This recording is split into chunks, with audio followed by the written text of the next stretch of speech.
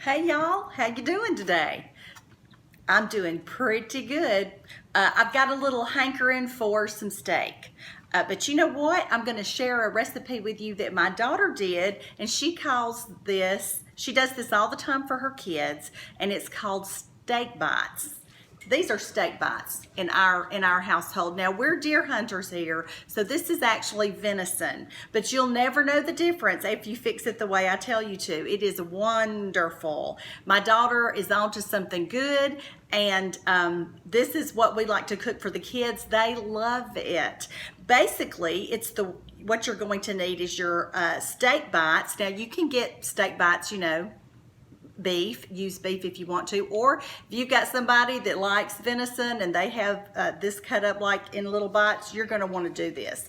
Normally at the deer processor they call that stew meat, but I'm going to tell you this is some of the best meat you will ever put in your mouth. If you cook it the way that my daughter and I have started cooking it, you're going to love it, I promise. Now, what will you need to cook it this way? You're going to need some olive oil, which I always say makes the steaks taste wonderful. You're also going to need a little bit of butter, and that's going to help the steaks as well, and the juiciness of it and the mouthfeel of it. It's going to feel good in your mouth. It's not going to be dried. It's going to be really good venison steak bites. Now the other thing you're going to need is some salt, and we all have that in our kitchen, so we'll salt them up.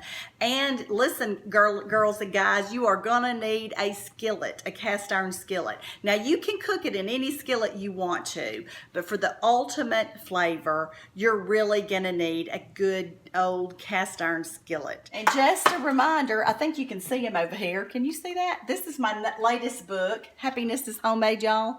Now look, you can get this on Amazon. Go to Amazon, order you one. It'll come right to your house. Go get you one. I think you'll like it. It's got lots of good, really easy Southern recipes that taste so good. I wouldn't steer you wrong on that. We all have to feed our families, and we might as well feed them something good. And not only that, if you know someone who's about to get married and they're going to need to know how to cook, there are some recipes in here that are tried and true. All of them are. So you got an arsenal of tried and true recipes. As a matter of fact, I was at a funeral actually, and one of the young marrieds there came up to me and she said, "I just want you to know that I use your cookbook every day to cook for my husband, and the recipes are great." And I said, "Well, thank you for telling me." So anyway, get some of these recipes, y'all, and use them. And people, you don't have to tell them they're mine. Tell them they're yours. But I'll share my family with you, so you can say they're family recipes. They're my family recipes, right?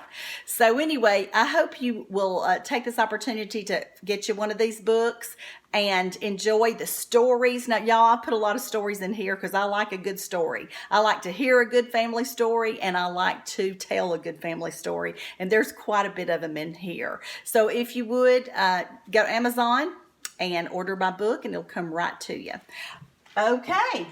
Now that that's done, let's move on with this. Now, we've got our skillet here, and I'm going to crank up the heat to high.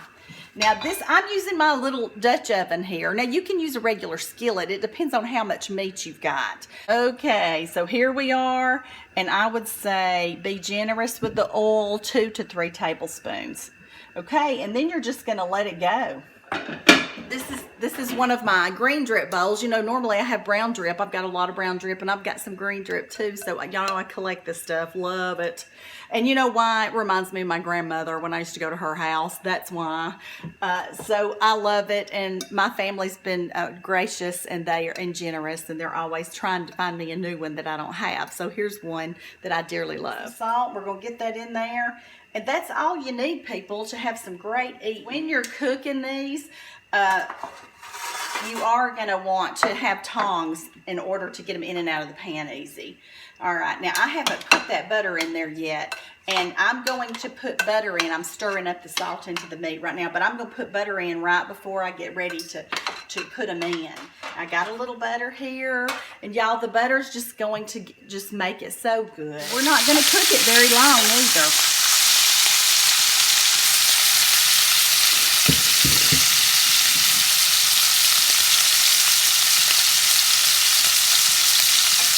Separate some of them that get too chummy with each other. Separate them, let them cook just about a minute on one side. We're going to flip it over in just a second. Look at it and see how it's doing. You do want a little brown on it. There we go. We're getting a little brown on the edges. So what we're going to do right now is just flip them over. Oh man, that one looks very good. Oh yeah.